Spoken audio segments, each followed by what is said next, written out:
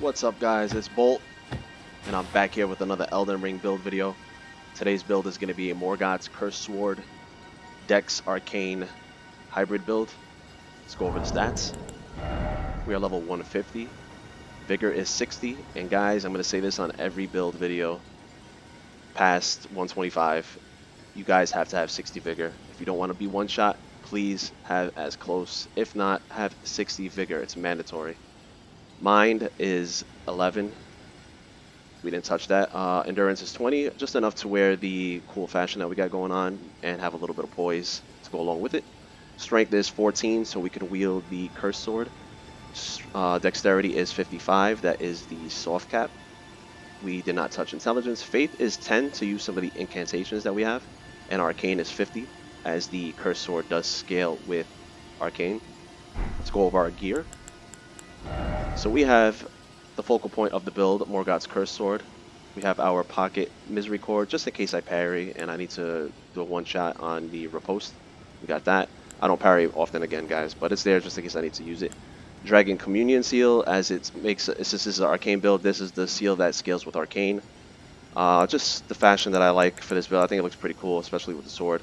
And I have, and it enables me to have 68 poise, which is a good breaking point to withstand some of the smaller weapons like katanas and straight swords and such.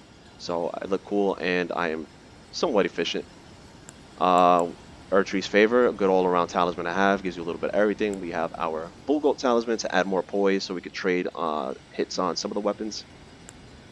Shard of Alexander to make Morgott's weapon ash do even more damage. And we use the Carrion Filigree crest on this one so we could spam the weapon ash a lot more because we don't have that much mind invested in this build, so this enables us to spam it a little bit more frequently.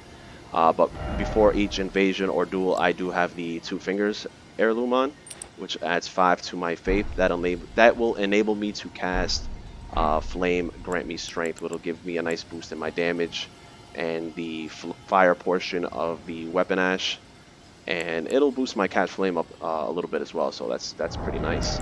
So just be sure to keep these relatively close to each other so that way you can just swap to them quickly. We're gonna go over the moveset of this weapon, and it's a decent moveset.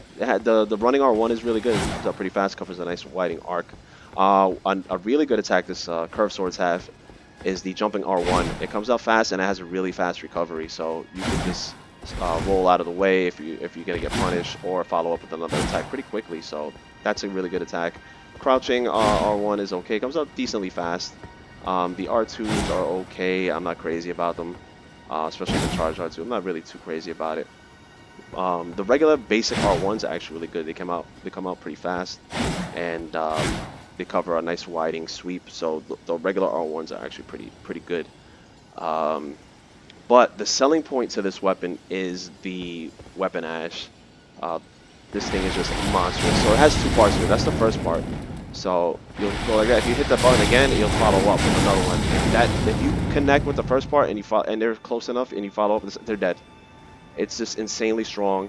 It's an amazing roll catcher. So if you land a running R1, they're gonna panic roll and you follow up with that and chase them down. It has a nice slight delay to it too when you're chasing somebody, so people don't really get the timing on it too well. So you could catch people rolling and it's just massive damage. Again, it has the second part to it, so you can even delay the first part and then follow up with the second, and that catches a lot of players off guard as well. So you'll go like this, delay for a second, and then follow up like that, and then you'll catch somebody off guard. Sometimes the tracking is a little wonky with it, especially if they roll behind you, so you'll have to unlock and then manually aim it like that, and that's how you'll catch people. If you overrun with the weapon ash, you'll have to unlock and manually aim it.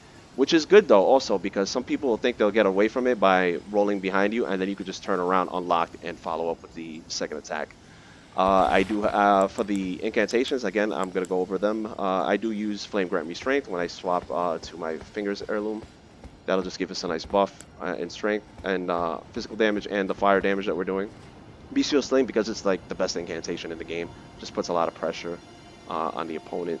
Good for finishing off little chip damage that they have or breaking their Opaline bubble tier. And Catch Flame, just good for mix-ups. You can come out of a roll, get close. That covers the speed portion of this build, which the Morgott sword doesn't have super. It's not a really super fast attacking weapon. So, but Catch Flame comes up really fast, and when they're close, you can hit them with that, and it does decent damage. When I have Flame grant me strength active, I could hit for like 430 on a Catch Flame, and this is not even a dedicated, pyro build. So I think that's respectable damage, and even the Bestial Sling hits for almost 250, depending on the range. So pretty decent in the damage department on that as well, depending on the range that you're in with your opponent. But again, your selling point is this weapon ash. This thing is monstrous, and I've one-shotted, well, two-shot because it's a two-part combo. But if you land that first part and they're close up, you're guaranteed to land the second. It's like a true combo, and they're dead. I've done over 2,000 damage with it. It's insane. The weapon also does bleed build-up, so you know how status effects are in this game. Phantom builds up even if you don't hit an enemy, which sucks. I know the netcode is kind of bad in this game, so status effects do build up even without landing a hit. But at plus 10 and 50 Arcane, we have a blood build of 85, which is respectable. And I bled out people before using this, and this is not even a dedicated bleed build, so that's a nice thing to have.